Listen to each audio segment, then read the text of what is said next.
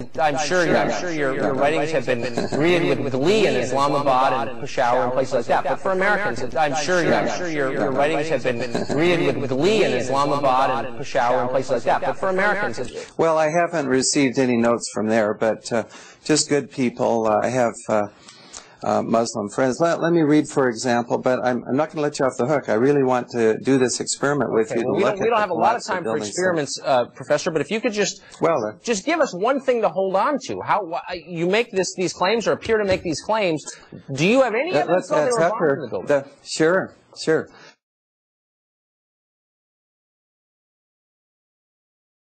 Let's start with the collapse of Building 7. Can you roll the video clip that I sent to you? Okay, I'm not sure if we can.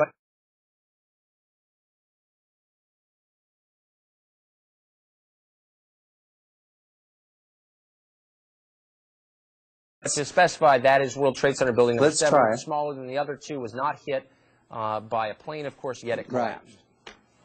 Right. It's 47 stories. That's right. 24 steel columns in the center. Right. Trusses asymmetrically supported. Now, I can't see what you're seeing, so we just see the building, and just so our viewers know, the explanation that I think is conventional is that there was a large tank of diesel fuel stored in the lower level of that, which caught fire, and the resulting fire collapsed the building.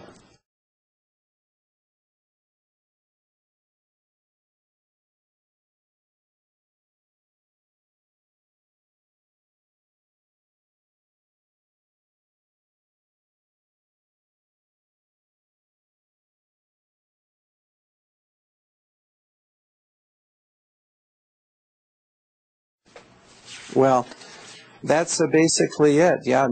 But as we read in the FEMA report, it says here, and I put this in my paper, of course, the best hypothesis, which is the only one they looked at, fire, has only a low probability of occurrence.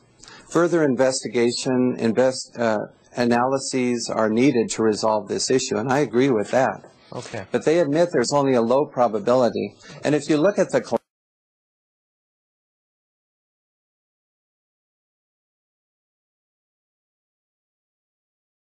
you see what I've studied is the fall time, the symmetry, the fact that it first dips in the middle, that's called the kink, which is very characteristic, of course, of controlled demolition. Professor, I am sorry that we are out of time, and I'm not sure that one other thing I want to mention about... Okay, if you can hit it, with it quickly. All right.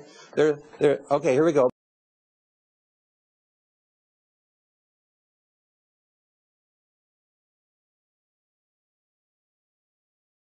Molten metal in the basements of all 3 buildings. Right. And yet all scientists now reasonably agree that the fires were not sufficiently hot to melt the steel. So what is this molten metal?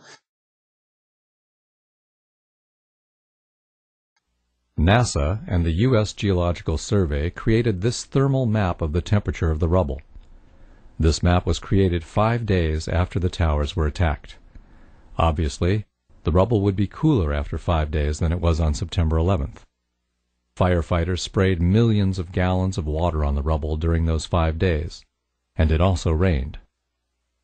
However, one location in the rubble of Building 7, with little fire, was above the melting point of aluminum, and so was one location in the rubble of the South Tower. Not surprisingly, smoke came out of the rubble for months. Peter Tully, president of one company hired to remove the debris, and Marc Loiseau, president of Controlled Demolition, told the American Free Press that steel had melted in the basements of both the towers and also Building 7. These incredible temperatures are evidence that explosives were used. Jet fuel cannot reach these temperatures. It's a direct evidence for the use of high-temperature explosives such as thermite.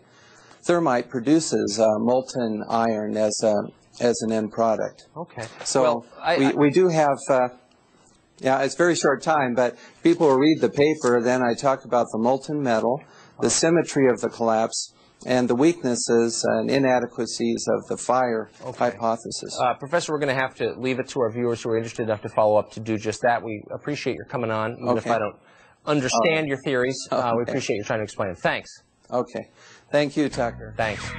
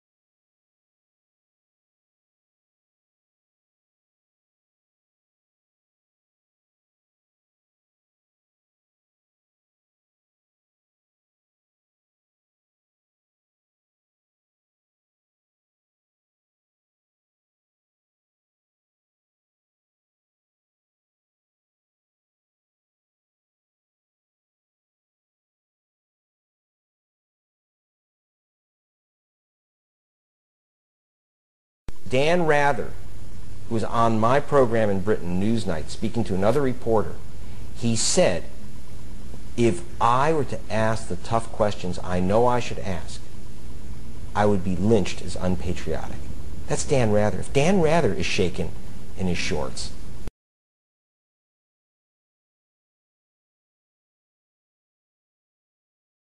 First thing that went through your head when you heard that a plane crashed into the first... Well, I was sitting in a schoolhouse in Florida.